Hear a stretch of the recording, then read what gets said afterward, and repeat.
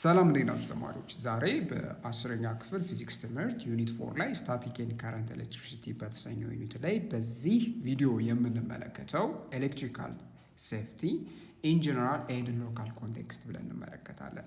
እንግዲህ ምን አይነት ጥንቃቄ ነው የምንጠቀመው? አንዳንዴ ከኤሌክትሪካል ዲቫይሶች አደጋ እንዳይደርስብን የምንጠቀማቸው ጀነራልና ሎካል ኮንቴክስት ላይ እናያለን። ጀነራልና ሎካል ኮንቴክስት ስንል በጠቅላላው እንዲሁም ደግሞ በአቅራቢያችን የሚገኙትን ነገሮች መሰረት አድርገን ማለት ነው። ስለሆነም እኛ ሰቆሞች ስንሆን ቴሌግራም፣ ዩቲዩብ እና ዌብሳይታችን ላይ ገብታችሁ ልትከታተሉ ትችላላችሁ ማለት። ስለዚህ በዚህ ሴክሽን መጨረሻ ምንድን ነው ልናውቀው የሚገባው ወይም ልንችለው የሚገባው ነገር? አንደኛ state the safety measures to be taken to protect us from electrical accidents or shocks. ስለዚህ ምንድን ነው እያለን ያለው? ከኤሌክትሪክ አደጋ ራሳችንን እንድንቆጠብ የሚያደርጉን ወይም ራሳችንን የሚከላከሉልንን የጥንቃቄ መመሪያዎችን ወይም ሴፍቲ ሜዥሮችን ምን እንደሚመስሉ እናያለን ማለት ነው። ለመጀመሪያ እንግዲህ አሁን ለምሳሌ ቤታችሁ ላይ የተላጠ ገመድ አይታችሁ ከሆነ የተላጠ የኤሌክትሪክ ገመድ በምትነኩበት ጊዜ በጣም በአነስተኛው መጠን ቢሆን ሾክ ያጋጥማችኋል፣ ወይም እጃችሁን ሲነዝራችሁ አይታችሁ ትመለከታላችሁ። እንደዛ ብቻ ሳይሆን የኤሌክትሪክ እንግዲህ አደጋ እንግዲህ ሰፋ ስናደርገው በጣም ትላልቅ ኤሌክትሪካል ዲቫይሶችን ወይም ማብሪያ ማጥፊያዎችን ስትነኩ ከፍተኛ የሆነ የኤሌክትሪክ አደጋ ሲያጋጥማችሁ ማስተዋል ትችላላችሁ። ይህም ሊሆንበት የቻለው ምንድን ነው? ኤሌክትሪክ ከረንት በሰውነታችሁ አልፎ ወደ መሬት ወይም ወደ ግራውንድ ስለሚሄድ ያዛኔ ምን አይነት ነገር ያስፈልገናል ማለት ነው? ለእንደዚህ አይነት ነገሮች መከላከያ ሴፍቲ ሜዥሮች ያስፈልገናል። ለመሆኑ እንዴት ነው ኤሌክትሪክ በሰውነታችን ውስጥ የሚያልፈው የሚለውን ነገር እስኪ አንድ ባንድ ላሳያችሁ። ስንጀምር አሁን ምን አለ መሰላችሁ? እንግዲህ ሁላችንም ቆዳችን ከላይኛው የተሸፈነው ክፍል አለ፣ ከዚያ ደግሞ ከውስጡ ደግሞ ያለ ክፍል አለ። ይህም በባዮሎጂ ትምህርታችሁ ተምራችሁታል። So the fluid inside the body are a good conductors of current። ምን እያለን ነው? በሰውነታችን ውስጥ ያለ ፈሳሽ አለ። በሰውነታችን ውስጥ ያለው ፈሳሽ ኤሌክትሪክ የማስተላለፍ አቅሙ በጣም ከፍተኛ ነው። በተጨማሪም ደግሞ the electrical resistance of a dry skin is much higher ይለናል። ምን እያለን ነው? እንግዲህ የቆዳችን ኤሌክትሪክን የሚቃወምበት ወይም ሬዚስታንስ የምንለው አቅሙ በጣም ከፍተኛ ነው ማለት ነው። So skin insulates the body like the plastic insulation around a copper wire። አሁን ገመዶች አይታችሁ ከሆነ የኮፐር ገመዶች በዙሪያቸው ላይ የተሸፈነ ፕላስቲክ አለ። ያ ፕላስቲክ ምን እንዲያደርግ ያደርገዋል? እንግዲህ ከውጭ ለሚያገኘው ለምሳሌ ሰው አደጋ እንዳይደርስ ወይም ኤሌክትሪክ ወደ ውጭ እንዳይተላለፍ ያደርጋል ማለት ነው። ስለዚህ ሰውነታችንንም እንግዲህ የሚሸፍነው ቆዳችን ምንድነው አገልግሎቱ ማለት ነው? ወደ ውስጣችን ኤሌክትሪክ ከረንት እንዳያልፍ ያደርጓል ማለት ነው። ታዲያ ይህን ስናደርግ ምንድነው ድራይ ስኪን የሚለውን ነገር መርሳት የለባችሁም። ይሄ ቆዳችን በጣም ደረቅ ከሆነ እርጥበት ከሌለው ማለት ነው እንደምን ያገለግላል ማለት ነው? እንደ ከፍተኛ ኤሌክትሪክ ሬዚስታንስ ወይም ያለው የኤሌክትሪክ ሬዚስታንስ መጠን ከፍተኛ ነው ማለት ነው። ስለዚህ አሁን ምን አለ መሰላችሁ? your skin helps keep electric current from entering your body። ስለዚህ የቆዳችን ዓላማው ምንድን ነው? ኤሌክትሪክ ከረንት ወደ ሰውነታችን ውስጥ እንዳይገባ መከላከል ነው ማለት ነው። ስለሆነም እንዴት ነው ኤሌክትሪክ የሚይዘን ወይም ኤሌክትሪክ ሾክ የሚያጋጥመን ካላችሁ a current can enter your body when you accidentally become part of an electric circuit። የኤሌክትሪክ ሰርኪዩቱ አካል ከሆናችሁ የዛኔ በእናንተ ውስጥ ኤሌክትሪክ ያልፋል ማለት ነው። በመሆኑ እንዴት ነው የኤሌክትሪክ ሰርኪዩቱ አካል የሚሆነው? እንበልና እዚህ ጋር ለምሳሌ አንድ ነገር ላሳያችሁ እስኪ። አሁን እዚህ ጋር አንድ ፖቴንሻል ሶርስ አለ እና በዚህ ፖቴንሻል ሶርስ ላይ የሚሰጠው ቮልቴጅ አለና እንበልና በቀላሉ እዚህ ጋር ገመዱን ከምን ጋር ላገናኘው? ከበልብ ጋር ላገናኘው እና በአጋጣሚ እርጥበት አለ ልበል እዚህ ጋር ሰውነታችሁ ላይ እርጥበት አለ ብዬ ላስብ፣ ወይም ቆዳችሁ ላይ። ስለዚህ ቆዳችሁ ላይ እርጥበት አለ ማለት ምን ማለት መሰላችሁ? አሁን ኤሌክትሪክ ገመዱ በምትነኩበት ጊዜ እንደዚህ ሆኖ ተነካካ ልበል። አሁን ከረንት በሚፈስበት ጊዜ በሰርኪዩት ውስጥ ያው ከረንት ታውቃላችሁ የቻርጆች ፍሎ ማለት ነው። የዛኔ እርጥበቱ ኤሌክትሪክ ስለሚያስተላልፍ እንደምትመለከቱት ማለት ነው። ታዲያ ወደ ሰውነታችን ውስጥ ማለትም ቆዳችን ላይ ባሉ ቀዳዳዎች አማካኝነት ይገባል ማለት ነው። ስለዚህ የዛኔ የሰርኪዩቱ አካል ሆን ብለን እናገራለን። ስለዚህ እርጥበታማ የሆነ እርጥበት ያዘለ ቆዳ ወይም እርጥበት ያለው ቆዳ ኤሌክትሪክ እንዲይዘን የሚያደርገው አንደኛው ምክንያት መሆኑን በዚህ መረዳት ትችላላችሁ ማለት ነው። ስለሆነም አሁን እዚህ ጋር a person can be electrocuted by touching a live wire while in contact with the ground።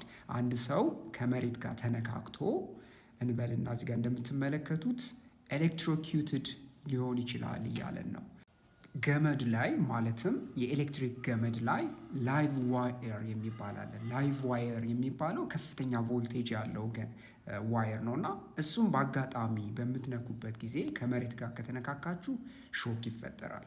so such a hazard is often due to fried insulation that exposes the conducting wire።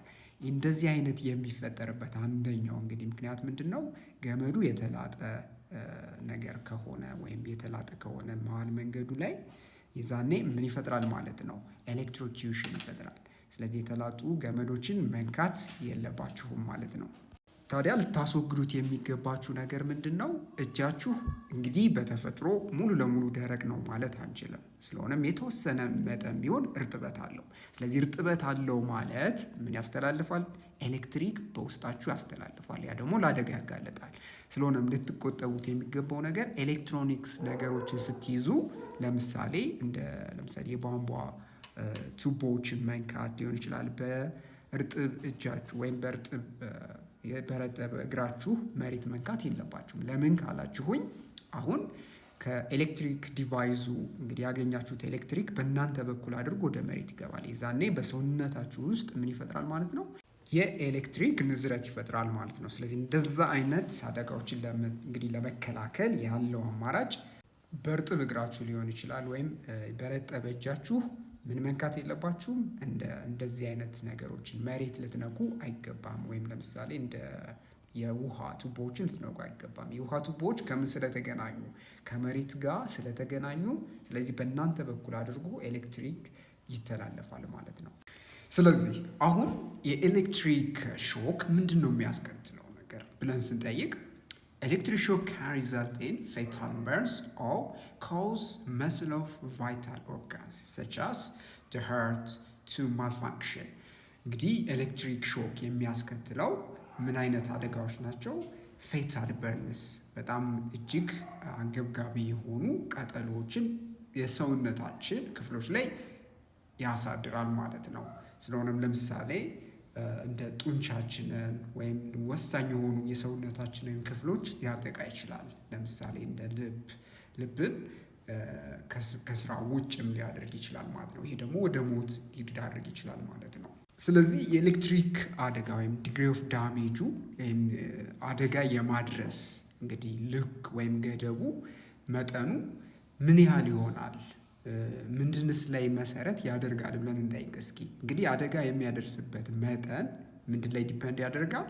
አንደኛው the magnitude of the current፣ የከረንቱ መጠን ወሳኝነት አለው። ሌላ ደግሞ length of time it acts። ስለዚህ ይሄ length of time ስንል ኤሌክትሪክ ለምሳሌ ሾክ አንድ ሰው ላይ ሲፈጠር ለምን ያህል ጊዜ ሾኩ ተፈጠረ ወይም የጊዜው ቆይታ ምን ያህል ነው የሚለው ይሄም ወሳኝነት አለው። በተጨማሪ ፓርት ኦፍ the body through which it pass፣ ደግሞ በሰውነታችን በየትኛው ክፍል ነው ኤሌክትሪክ እያለፈ ያለው የሚለውም ነገር፣ ይሄም እነዚህ ሶስት ወሳኝ የሆኑ ነገሮች ምንድን ያድርጓል ማለት ነው የኤሌክትሪክ ሾክ ሰውነታችን ላይ ሊያስከትለው የሚችለውን አደጋ ምን ይወስነዋል? መጠን ይወስናል ማለት ነው። ለምሳሌ አሁን እስኪ በከረንት መጠን እንመልከት እስኪ። ከረንት ኦፍ 5 ሚሊአምፕ or less can cause a sensation of shock but ordinarily do little or no damage። ከ5 ሚሊ አምፒር ያነሰ ከረንት እንግዲህ ሊያስከትለው የሚችል በጣም አነስተኛ ሾክ ነው ወይም አደጋ ፈጽሞ ሊያስከትል አይችልም፣ ከፍ ያለ አደጋ ማለት ነው። ስለዚህ 5 ሚሊ አምፒር ያለሰ ከረንት በእጃችሁ ብትነኩ በጣም አነስተኛ የሆነ ሾክ ነው እጃችሁ ላይ የሚያጋጥማችሁ። ሌላ ደግሞ if the current is larger than about 10 ሚሊ አምፕ ከ10 ሚሊ አምፕ ያነሰ ከረንት የሚያስከትለው ነገር ምንድን ነው? the hand muscles contract የእጃችን ጡንቻዎች ኮንትራክት ያደርጋሉ and the person may be unable to let go of live wires እንግዲህ ገመዱን የያዘው ሰውዬ ወይም ላይቭ ዋየር ወይም እሳት ያለውን ገመድ ቢይዘው የሚፈጠረው ነገር ምንድን ነው? እጁን ሊለቀው አይችልም ማለት ነው። ይሄ የሚሆነው መቼ ነው? ከ10 ሚሊ አምፕ በላይ የሆነ ከረንት ሲያጋጥም ማለት ነው። ሌላስ if a current of about 100 ሚሊ አምፕ pass through the body for just a few seconds it can be fatal እንግዲህ ከ100 ሚሊ አምፒር ከበለጠ ሊያስከትለው የሚችለው አደጋ እጅግ ከፍተኛ ነው ማለት ነው። such large currents paralyze the respiratory muscles ስለዚህ የመተንፈሻ አካላት የሆኑትን ጡንቻዎችን ፓራላይዝ የማድረግም አቅም አላቸው ማለት ነው። ከምን ያህል በላይ? ከ100 ሚሊ አምፕ በላይ የሆነ ከረንት ማለት ነው። the current that flows through the wire connected to a 60 watt light bulb is about 0.5 አምፕ እንግዲህ 60 ዋት የሆነ አምፖል ወስዳችሁ ብትመለከቱት እሱ አሁን ያለው የከረንት መጠን 0.5 አምፕ ነው ማለት ነው። ስለዚህ እንደዚህ አይነት ለምሳሌ አምፖሎችን ሜንቴን ስታደርጉ ወይም ኢንስቶል ስታደርጉ ስትገጥሙ ጥንቃቄ ልታደርጉ ይገባል ማለት ነው። ስለሆነም this amount of current entering your body could be deadly ይላል። እንደዚህ አይነት እንግዲህ መጠን ያለው ከረንት ሰውነታችሁ ውስጥ ገባ ማለት ኦልሞስት በጣም ከፍተኛ የሆነ አደጋ ያስከትላል ማለት ነው። in some cases current of about 1 ampere through the body produce serious and sometimes fatal burns እንግዲህ ከ1 አምፔር አካባቢ የሆነ ከረንት ሰውነታችሁ ውስጥ ቢገባ በጣም እጅግ ሲሪየስ የሆነ አደጋ ያስከትላል ማለት ነው። ለምሳሌ ሰውነታችሁን እስከ ማቃጠልም ሊደርስ ይችላል ማለት ነው። ስለሆነም እንደዚህ አይነት አደጋዎችን ለመከላከል እንግዲህ ኤሌክትሮኒክስ ወይም ኤሌክትሪክ ዲቫይሶችን የምንጠቀሙ መሳሪያ አለ። ምን ይባላል? ፊውዝ ይባላል። ስለዚህ ፊውዝ ምንድን ነው? a fuse is the cheapest protection device in an electrical circuit against short circuit and overloading of circuits ፊውዝን የምንጠቀመው ለምንድን ነው ያለን ነው? ለሰርኪዩት ውስጥ እንግዲህ ሾርት ሲያደርጉ ወይም ሁለት ገመዶች ኒውትራል እና ሆት ዋየሩ እዚህ ጋር እንደምትመለከቱት ቀዩ ኒውትራል ሆት ዋየር ነው፣ ሰማያዊ ደግሞ ኒውትራል ዋየር ነው እና ሁለቱ በአጋጣሚ ከተነካኩ ምን ይፈጠራል? ሾርት ይፈጠራል። በዛ ጊዜ ያንን አይነት ነገር ለመከላከል ፊውዝ እንጠቀማለን። ሌላ ደግሞ ኦቨርሎዲንግ ኦፍ ሰርኪዩት ውስጥ ያለው ለምሳሌ ከረንት በጣም እጅግ ከፍተኛ ከሆነ ከጨመረ ያንን ኦቨርሎድ ከመጠን በላይ የሆነ ጫና ለመከላከል የምንጠቀምበት መሳሪያ ምንድን ነው? ፊውዝ ነው። ስለዚህ ስለ ፊውዝ እናውራ እስኪ። ፊውዝ እንዴት ነው ምንድን ነው የሚለውን ነገር የበለጠ ዲፕ ስናይ a fuse is a metal wire or thin metal stripe that has the property of having low melting point which is inserted into the electrical circuit as protective device ምን እያለን ነው? ፊውዝ የምንለው ነገር አንድ እንግዲህ የቀጭን የሆነች ሎው ሜልቲንግ ፖይንት ያለው ሜታል ዋየር ነው። ታዲያ በግላስ ወይም በመስታወት የታሸገ ሲሆን ጫፍና ጫፉ ላይ እንደምትመለከቱት በሜታል እየተሸፈነ ነው ማለት ነው። ስለሆነም ይሄ ዲቫይስ ምንድን ነው ማለት ነው? ዓላማው እንደ ፕሮቴክቲቭ ዲቫይስ ያገለግላል ማለት ነው። ስለዚህ አሁን እንደምትመለከቱት ይሄ ፊውዝ ዲቫይስ ከረንት በጣም በጨመረ ቁጥር ሎው ሜልቲንግ ፖይንት ስላለው ሎው ሜልቲንግ ፖይንት አለው ማለት አንድ ሜታል ምንድን ነው ከረንት በጨመረ ቁጥር በጣም እየጨመረ ከሄደ ቶሎ ብሎ ይበጠሳል ማለት ነው። ስለዚህ ቶሎ ብሎ ተበጠሰ ማለት የምትመለከቱት ውስጥ ያለው ቀጭን ገመድ ምን አደረገው ማለት ነው? የከረንት ጭማሪውን ከመጠን በላይ ያለፈውን የከረንት ጭማሪ ኢንተራፕት ያደርገዋል ወይም ሌሎችን ዲቫይስ እንዳይቃጠል ቀድሞ ይከላከላል ማለት ነው። ስለዚህ ፊውዝ ምንድነው ዓላማው? በቃ ራሱን መጀመሪያ ያቃጥልና ሌሎችን ዲቫይሶች ሴኪዩር እንዲሆኑ እንዳይቃጠሉ መስዋዕት የሚሆን ዲቫይስ አድርጋችሁ መውሰድ ትችላላችሁ ማለት ነው። በሌላው ምንድነው ደግሞ ቤታችን ላይ የምንጠቀመው ዲቫይስ አለ፣ ቮልቴጅ ስታቢላይዘር። እንዲህ አይነት ዲቫይስ አታችሁ ከሆነ የተለያዩ ቦታዎች ላይ የምንጠቀመው ዲቫይስ ነው። ሶ ይህም ስቴብላይዘር ምንድን ነው የሚያደርግልን? ሶ አን አውቶማቲክ ቮልቴጅ ሬጉሌተር ኦር ስቴብላይዘር እንለዋለን። ስለዚህ የዚህ ዲቫይስ አንደኛው ነገር ምንድን ነው የሚጠቀመው? ፊውዝ ይጠቀማል።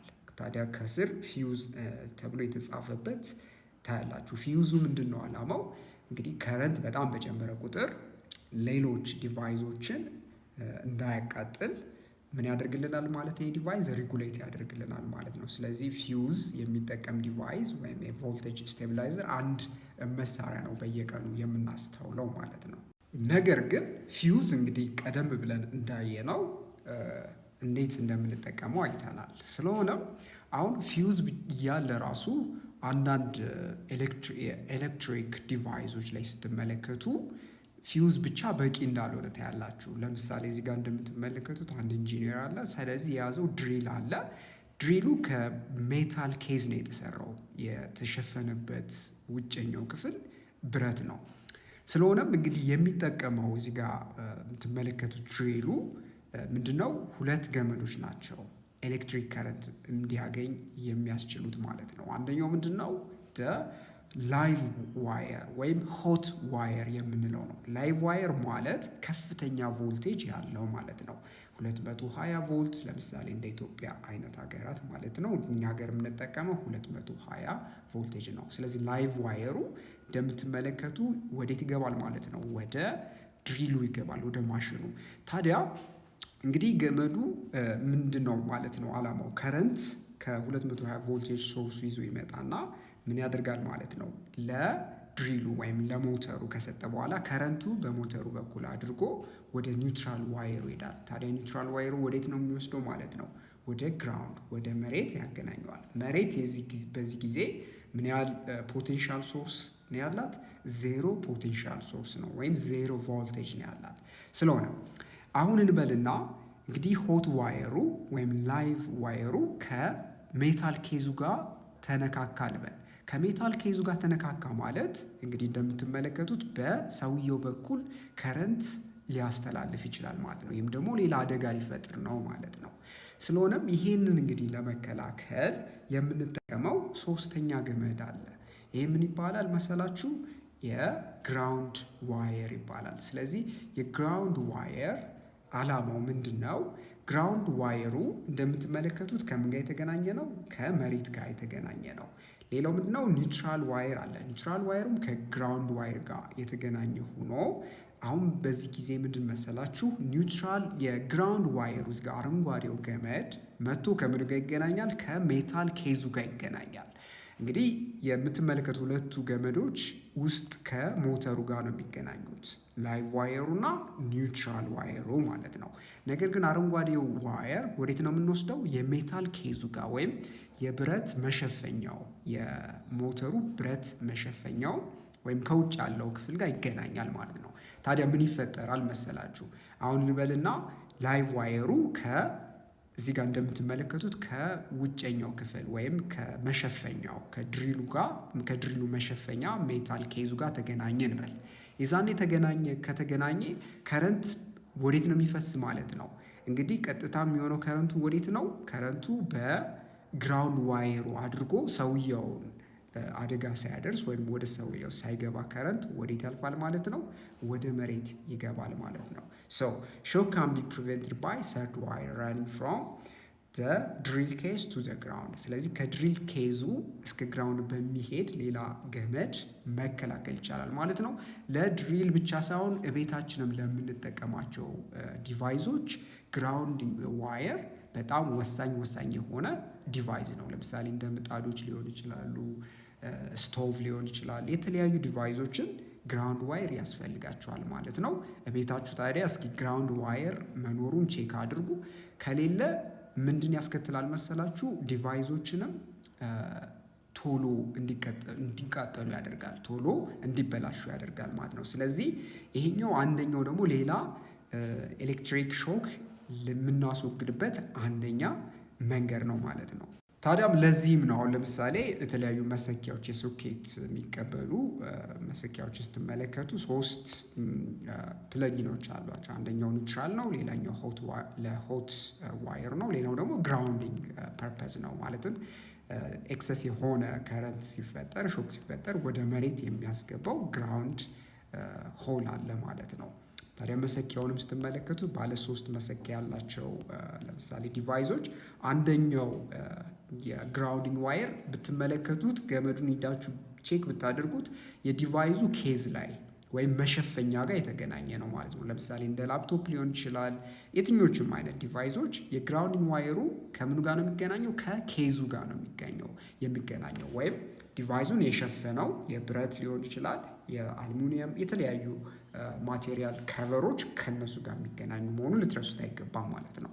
በጣም ጥሩ። አሁን ስለዚህ the color of wires represent electrical standards ነው። እዚህ ላይ የምትይዙት ወሳኝ ኖት ምንድን ነው? ቀለሞች የሚወክሉት ምን አለ ማለት ነው? የኤሌክትሪካል ስታንዳርድ አለ። ስለዚህ አሁን ለምሳሌ እንደ ኢትዮጵያ ያሉ ለምሳሌ እኛ ሀገር ፌዝ ዋየር የምንለው ወይም ሆት ዋየር፣ ላይቭ ዋየር ብለን የምንጠራው ማለት ነው በተለያየ ስም በምን ይወከላል? በቀይ ይወከላል ማለት ነው። አንዳንዴ በቢጫም ሊወከል ይችላል፣ በሰማያዊም ሊወከል ይችላል ማለት ነው። ለምሳሌ እንደ ግራውንድ ዋየር ደግሞ ስትወስዱ ምን አይነት ዋየር ነው? እዚጋ እንደምትመለከቱት ከምልክቱ የግራውንድ እንደ ግሪኒሽ የሎው አይነት ከለር ሪፕሬዘንት ይደረጋል ማለት ነው። እና ሌላው ደግሞ ኒውትራል ዋየር ነው። ኒውትራል ዋየር የጥቁር ቀለም ያለው ገመድ ነው። ስለዚህ ጥቁር ቀለም ያለው ገመድ ስታዩ ኢትዮጵያ ውስጥ ምንድነው የኒውትራል ዋየር መሆኑን ልትረሱት አይገባም። ስለዚህ እንደዚህ አይነት ኮዶች አሉ። ስለዚህ ምንድነው የሚያገለግሉት? ኤሌክትሪክ ሜንቴን የሚያደርግ ሰው በሙሉ እነዚህን ገመዶች አይቶ ምን አይነት ገመድ ናቸው የሚለውን ነገር ያሳውቀዋል ማለት ነው። ስለዚህ ቤታችሁ ሂዳችሁ ቀይ ገመድ ካያችሁ ወይም ቢጫ ገመድ ካያችሁ እንዲሁም ሰማያዊ ገመድ ካያችሁ ከመንካት ልትቆጠቡ ይገባል። ለምን? ላይቭ ዋየር ነው፣ ሆት ዋየር ነው። ለምሳሌ ጥቁሩን ገመድ ወይም ደግሞ ግሪኒሽ የሎው ገመዱን ብትነኩት እሱ ሾክ አያደርስም። ለምን? ኤሌክትሪካሊ ኒውትራል ስለሆኑ ማለት ነው። ግራውንዲንግ ዋየሩ ኒውትራል ዋየሩ ማለት ነው። ሌላ ደግሞ በቅርብ ጊዜ የመጣ በአንጻሩ ማለት ነው እንደዚህ አይነት ሾኮችን የምንከላከልበት አንደኛው ምንድን ነው? GFCI ይባላል። ግራውንድ ፎልስ ሰርኪዩት ኢንተራፕተር ይባላል። ይሄ ትንሽ ከሌሎች የተሻለ ዲቫይስ ነው። ይህ አይነት ዲቫይስም ለምን ያገለግላል? ኤሌክትሪክ ለምሳሌ ኮንታክት ሲፈጠር ወይም ሾርት ሲያደርግ ገመድ መልሶ እዚህ ጋር የራሱ የሆነ በተን ስላለው ብሬክ እንዲያደርግ ያደርገዋል፣ ማለትም ኢንተራፕት እንዲያደርግ ያደርገዋል ማለት ነው። ታዲያ ይሄ በጣም በዚህ ጊዜ ተፈላጊነት ያለው ዲቫይስ ነው። በየተለያዩ ቤቶች በቤዝመንት ሊሆን ይችላል፣ ትልልቅ ኢንዱስትሪዎች ውስጥ የምንጠቀመው ዲቫይስ ነው ማለት ነው። ስለሆነም የዚህ ዲቫይስ ኦፕሬሽን ሜካኒዝም ምንድን ነው? they are designed to protect people from electrical shock by sensing small currents approximately 5 milliamp and greater leaking to ground። ስለዚህ ወደ መሬት ልክ ከ5 ሚሊ አምፒየር አፕሮክሲሜትሊ እንዲሁም ደግሞ ከዛ የሚበልጥ ከረንት ካለ ከረንቱን ወደ መሬት እንዲገባ የሚያደርጉ ዲቫይሶች ናቸው ማለት ነው። when current above this level is detected the device shut off interrupts the current in less than a millisecond። ስለዚህ ከዚህ ከተወሰነለት ገደብ በጣም ከ5 ሚሊ አምፕ በላይ ከሆነ እንግዲህ በሚሊ ሰከንዶች ባነሰ ጊዜ ውስጥ ምን ያደርጋል? ዲቫይሱን እንዲዘጋ ያደርገዋል ወይም ኢንተራፕት ያደርገዋል ማለት ነው። ስለዚህ ኢምፖርታንት ሴፍቲ ቲፕስ ቱ ፕሪቨንት ኤሌክትሪካል አክሲደንት ኦር ሾክስ ምንድን ናቸው? ለምሳሌ ኤሌክትሪካል አክሲደንት ወይም ሾክን ለመከላከል የምንጠቀምባቸው ሴፍቲዎች ምንድን ናቸው? የመጀመሪያው ሴፍቲ ኔቨር ዩዝ አፕላያንስስ ዊዝ ፍራይድ ኦር ዳሜጅ ኤሌክትሪክ ኮርድስ። እንግዲህ አንድ ኤሌክትሪክ ዲቫይስ የተጎዳ የገመድ ካለው ካያችሁ የተላጠ ነገር ፈጽማችሁ ልትጠቀሙበት አይገባም ማለት ነው። ወይ መጀመሪያ ደህና ራሱን የቻለ ሜንተናንስ ያስፈልገዋል ዲቫይሱ። ከዛ በኋላ መጠቀም ትችላላችሁ። ግን የተበላሹ ዲቫይሶችን እንደዚህ የተላላጡ ዲቫይሶች ካያችሁ ገመዳቸው እነሱን ፈጽማችሁ ልትጠቀሙባቸው አይገባም። በተጨማሪ ምንድነው ሌላ የምንወስደው ሴፍቲ? unplug appliances before working on them ይላል such as when prying toast out of a jammed toaster። ይሄ jammed toaster ማሽን አለ። አሁን እንደዚህ አይነት ማሽኖችን ስንጠቀም ለምሳሌነት ያህል ማለት ነው ከመጠቀማችን በፊት መንቀል አለብን ወይም አንፕለግ ማድረግ አለብን ከዋናው የኤሌክትሪክ መስመር ማለት ነው። ስለዚህ እንደዚህ አይነት ዲቫይሶችን አንፕለግ ማድረግ ወይም ሶኬታቸውን መንቀላችሁን መርሳት የለባችሁም ማለት ነው። ሌላው ምንድነው?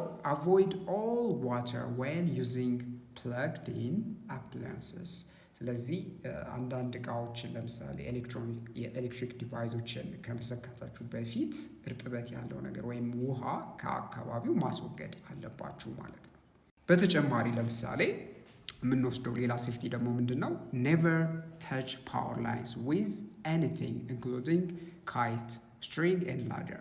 አሁን ካይት ስትሪንግ ልጆች ሊጫወቱ ይችላሉ። ካይት ስትሪንግ የሚሰራበት ሜታል ዋየር አለ። ታዲያ እሱን ከምን ጋር መገናኘት የለበትም መሰላችሁ?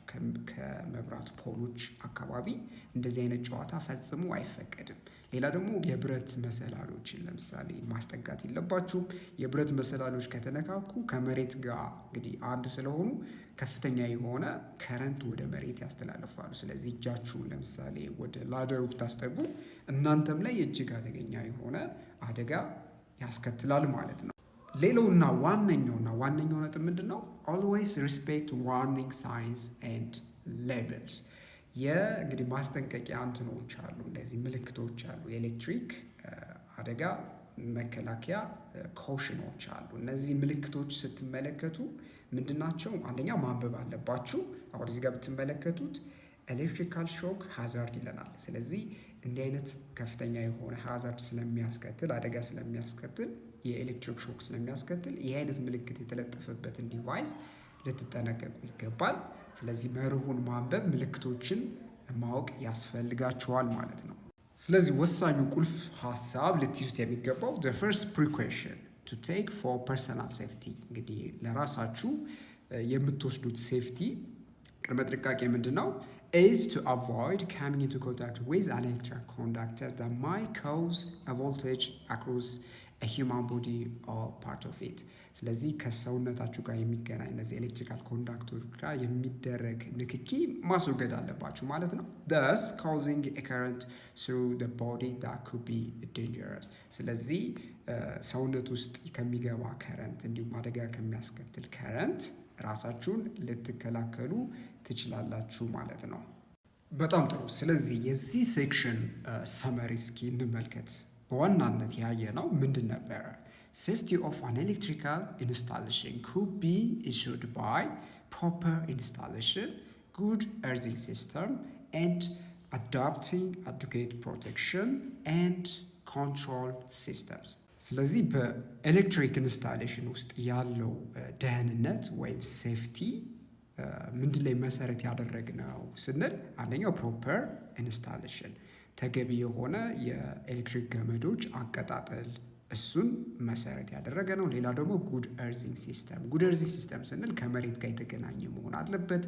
ሊኬጅ ከረንት ወይም ኤክሰስ የሆነ ከረንት ወደ መሬት እንዲገባ ያደርግልናል። ሌላ ደግሞ አዳፕቲንግ አዲኩዌት ፕሮቴክሽን ስንል ተገቢ የሆነ መከላከያ ሲስተም ወይም ደግሞ የመቆጣጠሪያ ሲስተም ያስፈልጋል ማለት ነው። ታዲያ እነዚህ ነገሮች ኢንሹር ከሆኑ ከተረጋገጡ አንድ ሲስተም ላይ ተገቢ የሆነ ሴፍቲ አለ ብለን መናገር እንችላለን ማለት ነው። ሌላው ደግሞ በዋናነት ርዕሰቱ የማይገባው ነገር ኤሌክትሪካል ሃዛርድስ ካን ካውዝ በርን ሾክስ ኤንድ ኤሌክትሮኪዩሽን ኦውቴጅ። ስለ ኤሌክትሪካል ሃዛርድ ወይም አደጋ የኤሌክትሪክ አደጋ የሚያስከትሉት ነገር ምንድን ነው? እንደ ማቃጠል፣ እንደ ሾክ ወይም እንደ ንዝረት፣ በተጨማሪ ደግሞ ኤሌክትሮኪዩሽን የምንለውን እንደ የኤሌክትሪክ አደጋ ለሞት የሚዳርግ አደጋ ያስከትላል ማለት ነው። ስለዚህ ደግሞ በተጨማሪ ልትከተሉት የሚገባው ምንድን ነው? ፕሮፐር የሆኑ ሩሎች አሉ፣ ህጎች አሉ። አንድን የኤሌክትሪክ አደጋ ሬጉሌት ለማድረግ የምንጠቀምባቸው አደጋን ለማስወገድ አቮይድ ለማድረግ ሩሎችን ልትከተሉ ይገባል። በጣም ጥሩ። አሁን ሌላው ምንድን ነው ደግሞ ያየነው? ኳሊፋይድ ኤሌክትሪሽያን አር ሪኮመንድድ ቱ ሪስፔክት ኤሌክትሪካል ኢኩዊፕመንት። አንድ ብቁ የተባለ ኤሌክትሪሽያን መሳሪያዎችን ወይም ኤሌክትሪካል ኢኩዊፕመንቶችን ኢንስፔክት ማድረግ አለበት። በየጊዜው ቼክ ማድረግ አለበት፣ መቆጣጠር አለበት። ውስጣቸውን ከፍቶ የተበላሸ እቃ እንዳለ ኢንስፔክሽን እይታ ሊያደርግ ያስፈልገዋል ማለት ነው። ሌላው ምንድነው? ኢንዳፕ ሎኬሽን፣ በጣም ከመሬት በታች ያሉ ለምሳሌ እንደ ቤዝመንት አይነት ላሉ ቦታዎች፣ ለእንደዚህ አይነት ቦታዎች ውስጥ ላሉ ለምሳሌ ኤሌክትሪካል ዲቫይሶች የምንጠቀመው ዲቫይስ አለ። እሱ የምንለዋለን ግራውንድ ፎልት ሰርኪዩት ኢንተራፕተር ወይም GFCI የምንለው ዲቫይስ የተመከረ ነው ማለት ነው።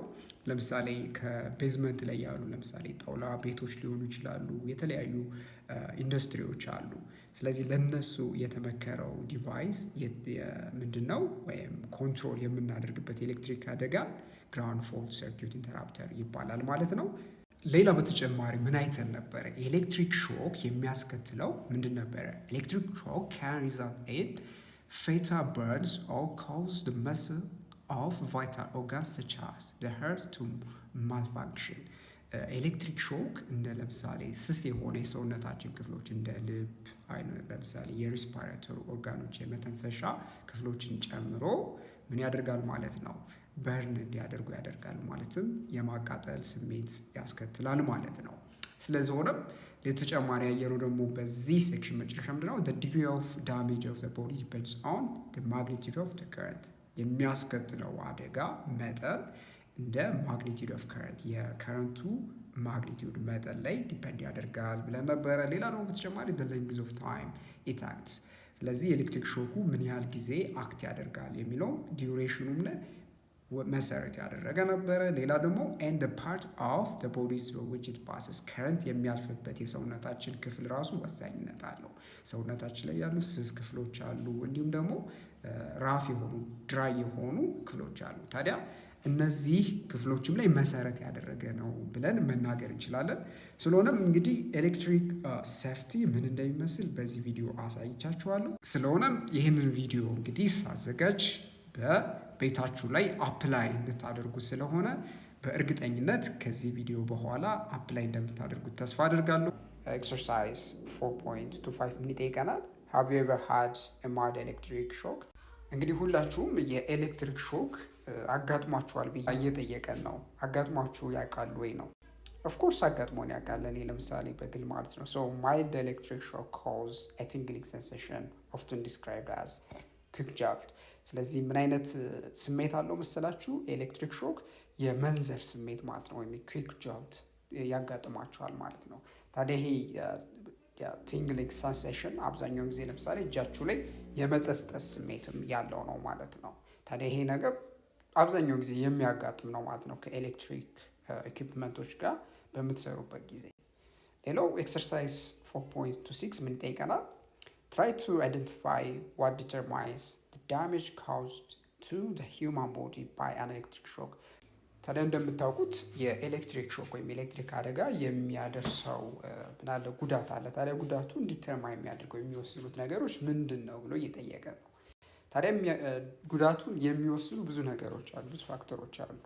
የጉዳቱ መጠን ማለት ነው። አንደኛው ለምሳሌ ሃይ ቮልቴጅ ኤንድ ከረንት ካውዝ ሞር ሴቨር ኢንጁሪ። በጣም ከፍተኛ ቮልቴጅ እንዲሁም ደግሞ ከፍተኛ ከረንት ካለ ጉዳቱን ከፍተኛ እንዲሆን ያደርጋሉ ማለት ነው። ሌላው ደግሞ ሎንገር ኮንታክት ታይም ነው። ሎንገር ኮንታክት ታይም ስንል ኤክስፖዝድ የምትሆኑበት ከኤሌክትሪኩ ጋር የተገናኛችሁበት ጊዜ ማለት ነው። ሶ ሎንገር ታይም ኢንክሪዝ ዳሜጅ ዲዩ ቱ ሞር ከረንት ፍሎ። ስለዚህ ብዙ ኮንታክት ታይም አለ ማለት ብዙ የከረንት ፍሰት ይፈጠራል ማለት ነው። ያ ደግሞ ምን ይፈጥራል ማለት ነው? ከፍተኛ አደጋ ያመጣል ማለት ነው። ሌላው ደግሞ current passes through vital organs like the heart or brain is particularly dangerous። አብዛኛው ደግሞ ሴንሲቲቭ የሆነ የሰውነታችን ክፍሎች አሉ። ለምሳሌ እንደ ልባችን እንዲሁም ደግሞ ስስ የሆነው የሰውነታችን ክፍሎች አሉ። ታዲያ በእነሱ ቫይታል ኦርጋኖች ላይ ከረንት ማለፍ ከቻለ የሚያመጣው አደጋ እጅግ ከፍተኛ ነው። ዩኒት 4 ላይ ያሉ ሪቪው ኩዌስችኖችን አብረን እንሰራለን። ኤሌክትሪካል ሴፍቲ ኢን ጀነራል ኤንድ ሎካል ኮንቴክስት በተሰኘው ቶፒክ ላይ ያሉ ሪቪው ኩዌስችኖችን እስኪ አብረን የመጀመሪያው ጥያቄ ጠይቀናል። Identify the factors that determine the damage caused to the human body by an electric shock ይለናል። እንግዲህ በኤሌክትሪክ ሾክ ሰውነታችን ላይ የሚደርሰውን አደጋ እንግዲህ ዲተርማይን የሚያደርጉት መንስኤዎች ፋክተሮችን ዲተርማይን አድርጎ ነው፣ አይደንቲፋይ አድርጎ ነው የሚለን፣ ለዩ ነው የሚለን። ስለዚህ እንዴት ነው የምንለያቸው? ቀደም ብዬ እንደነገርኳችሁ ካስታወሳችሁት ምን ብዬ ነበረ? አንደኛው ማግኒቲዩድ ኦፍ ደ ከረንት ነው። የከረንቱ ማግኒቲዩዱ ኤሌክትሪክ ሾኩ የሚያደርሰው አደጋ ዲተርማይን ያደርገዋል። ስለዚህ ከፍተኛ የሆነ ከረንት ከፍተኛ የሆነ አደጋ ያደርሳል። ሶ ሌንግዝ ኦፍ ታይም ኢት አክትስ። ለምሳሌ ኤሌክትሪክ ሾክ በሚፈጠርበት ጊዜ ከረንት ሰውነታችን ላይ የሚገባበት የጊዜ ቆይታ ወይም ዲዩሬሽን ኦፍ ኤክስፖዠር ለኤሌክትሪክ አደጋ የተጋለጣችሁበት ጊዜ እሱም አፌክት ያደርገዋል ማለት ነው። ሌላው ደግሞ ፓርት ኦፍ ዘ ቦዲ ትሩ ዊች ኢት ፓስስ። ለምሳሌ የሰውነታችሁ ክፍልም በተመሳሳይ አፌክት ያደርገዋል ማለት ነው። ስለዚህ ሶፍት የሆነ የሰውነታችሁ ክፍል፣ ስስ የሆነው የሰውነታችሁ ክፍል ለኤሌክትሪክ ሾክ ተጋላጭ ነው። ለምን? ሶፍት የሆነው የሰውነታችሁ ክፍል እርጥበታማ የሆነ ስለሆነ ምን ያጋጥማል ማለት ነው? ኤሌክትሪሲቲ ሰውነታችሁ ውስጥ በመግባት አደጋ እንዲከሰት ያደርጋል ማለት ነው። ኩዌስችን ቱ ደግሞ ምን ይጠይቀናል? You are often advised not to flick electric switch with wet hands. You have to dry your hands first. እንግዲህ ኤሌክትሪክ ስዊቾችን ማብሪያ ማጥፊያዎችን በእጃችሁ ማለትም በእርጥብ እጃችሁ ዌት በሆነ እጃችሁ እንዳታጠፉት ይመከራል። በመጀመሪያ ምንድን ነው የሚደረገው? እጃችሁን አድርቁ የሚል ምን አለ? ሪኮሜንዴሽን ወይም አድቫይስ አለ፣ ምክር አለ። ምንድነው እዚህ ጋር ጥያቄው መሰላችሁ? You are also advised to never throw water on an electric fire. በተጨማሪም ደግሞ የእሳት አደጋ በሚከሰትበት ጊዜ በውሃ እንዳታጠፉ ወይም ውሃ እንዳትረጩ ይደረጋል። አሁን ጥያቄ ምንድነው? why is this so ነው የሚላል። ለምንድን ነው ይሄ ማድረግ ያስፈለገው ነው? እንግዲህ ምንድነው ከምን ጋር የተገናኘ ነው? ውሃ ምን አለው ማለት ነው? ኤሌክትሪሲቲን የማስተላለፍ አቅም አለው። ስለሆነም ዋተር ኮንዳክትስ ኤሌክትሪሲቲ፣ ይሄ መሰረታዊ ነገር ነው። ኤሌክትሪሲቲ ኮንዳክት ካደረገ ምን ያደርጋል ማለት ነው? ኢንክሪዚንግ ኤሌክትሪክ ሾክ ሪስክ ዌን ሃንድስ አር ዌት። ስለዚህ እጃችሁ እርጥበታማ በሚሆንበት ጊዜ ኤሌክትሪክ ሾኩን አደጋው ወይም የኤሌክትሪክ ሾኩን እንዲጨምር ያደርጋል ማለት ነው።